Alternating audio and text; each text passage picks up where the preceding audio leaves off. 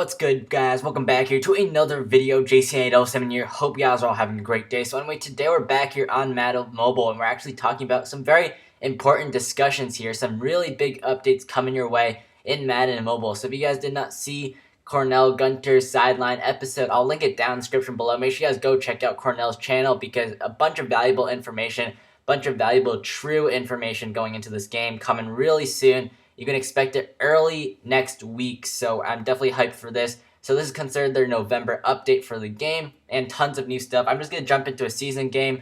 I'm going to be doing live commentary, so I do apologize if I do mess up the gameplay, or I do mess up my wording, but we have a pretty good matchup here. Dallas Cowboys against my New York Giants, top two teams in the NFC East. But anyway, right now, obviously with the whole issue of Madden Mobile, cheating is probably the biggest issue in Madden Mobile. That's what they're trying to solve here the most.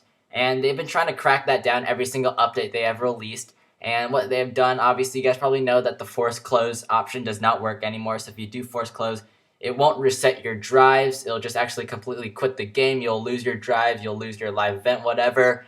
And they also killed off the airplane mode tactic. So if you guys did use that tactic as well, kind of a less popular one compared to the force kill, obviously. But anyway, they're also looking to the auction house, trying to improve that. Obviously, people bought, which is considered a form of cheating because, it's not finger sniping. You're actually using a bot to do it. So that's what they consider. They're trying to fix that up as well. So including features into the game right here, they have a thing labeled under as Madden Mobile Today.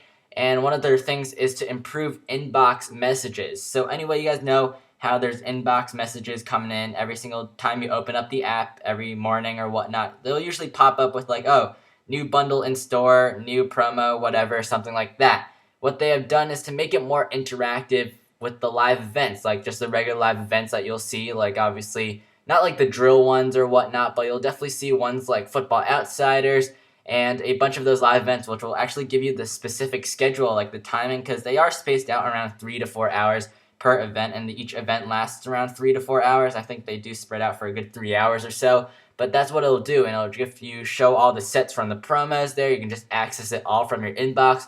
New stuff in the store as well will show you there as well. And the best part is it'll set you reminders for the live event. So, oh shoot, I pressed the wrong play. As I said before, I'm pretty distracted from talking. But anyway, what I meant by set reminders, for example, let's say it's Football Outsiders, like it's on Friday, which is today when I'm recording this video. You guys will probably be seeing this on Saturday morning or something like that. Oh, geez, what a good pun. But anyway, yeah, so they could set you reminders specifically for a specific live event. So, again, as I said, Football Outsiders, say if I had no clue what the times were and I just keep missing it because I just have no clue when the times are. And what it can do is it'll set you like a reminder. It'll actually remind you when to play the live event when the live event is out, which is awesome. So you definitely know that you can go onto the app and definitely play your live event, get all those collectibles or whatnot. So that's a really great portion. And for head-to-head, they've actually improved the passing side of things. So I can show you guys an example. This is on Seasons game, but it's somewhat similar, I guess. So let's see right here. Okay, we're in the shotgun position doing a Hail Mary pass. I'm going to target, let's say, Cordell Patterson right here. Once I press this, you realize that they've actually changed it up a little bit. Head-to-head is a little different, obviously, but what they do, they kind of made it no more swarming, if you guys know what I mean.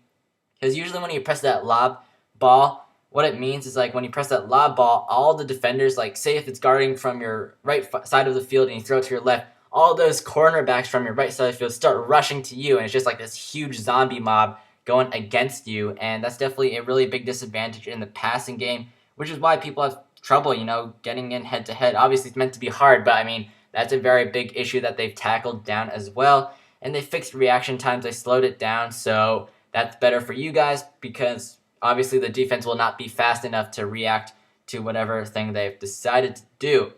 And also, they really done this into All-Pro and All-Madden, so obviously the harder it gets, it should be definitely a little bit easier to do it. And for turnovers, there should definitely be less pass interceptions, because interceptions, you guys know, if you just lob it in a crowd, it's most likely will get intercepted. So they've definitely limited that as well.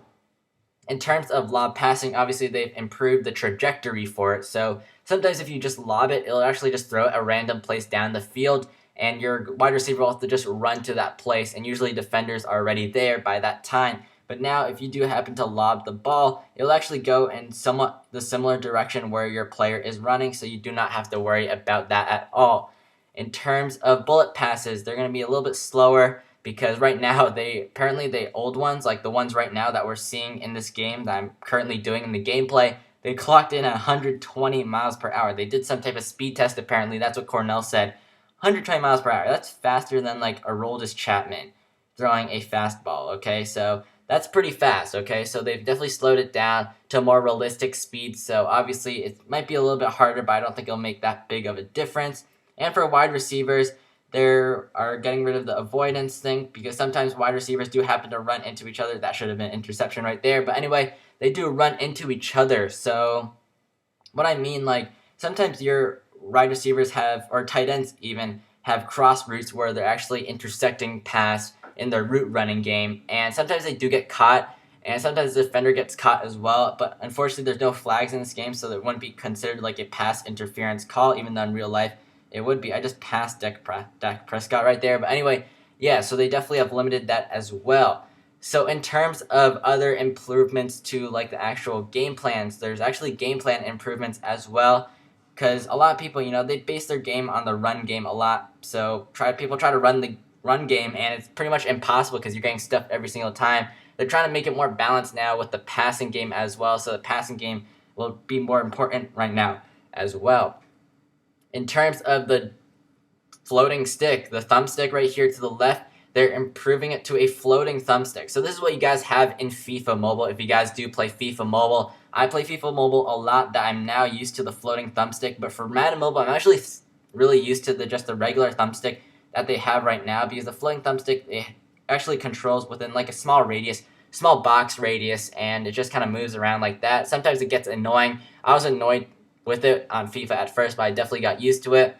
And the big one is the new QB slide button. This is probably the biggest news right here, in my opinion, because obviously they introduced QB scramble, which is pretty much a game-changing, revolutionary thing that they've added into the game.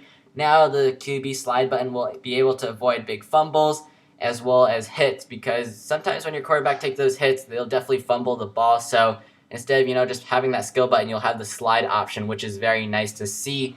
And if you guys are actually on the goal line situation with your quarterback and decide to scramble for it, or even like trying to get that first down on fourth down, maybe even third down, that quarterback will dive for it. So it's definitely really cool how they've introduced that into the game.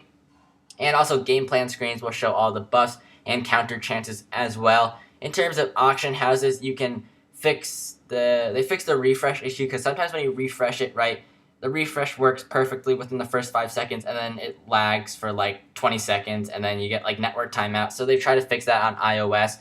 And now you can actually repost directly from the auction house, so you don't need to go back to your sell items, repost it, and it'll just repost it for the original price you had it for before when it did not sell. And including, here is another big one for leagues.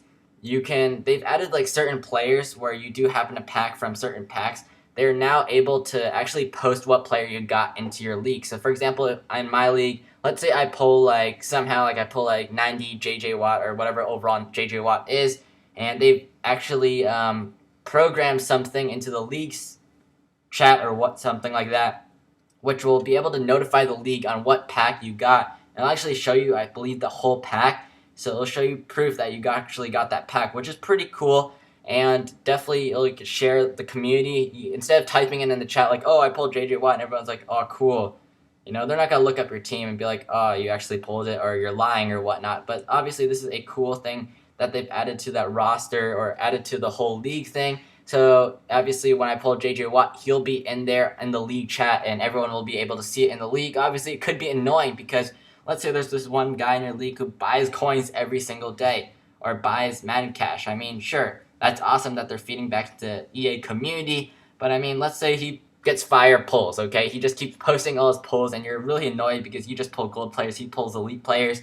You can actually now mute players in your league, so let's say if you get a little bit annoyed or fed up with his messages, obviously, with his elite pulls or something like that, you can mute them, and it'll definitely help out with your notifications and whatnot. But again, hope you guys do enjoy this video. This is just a whole walkthrough on essentially the whole new update that will be coming out early next week. If you guys do enjoy it, make sure you guys do drop a like and subscribe if you are new to the channel. And again, I'll catch you guys next time with another video.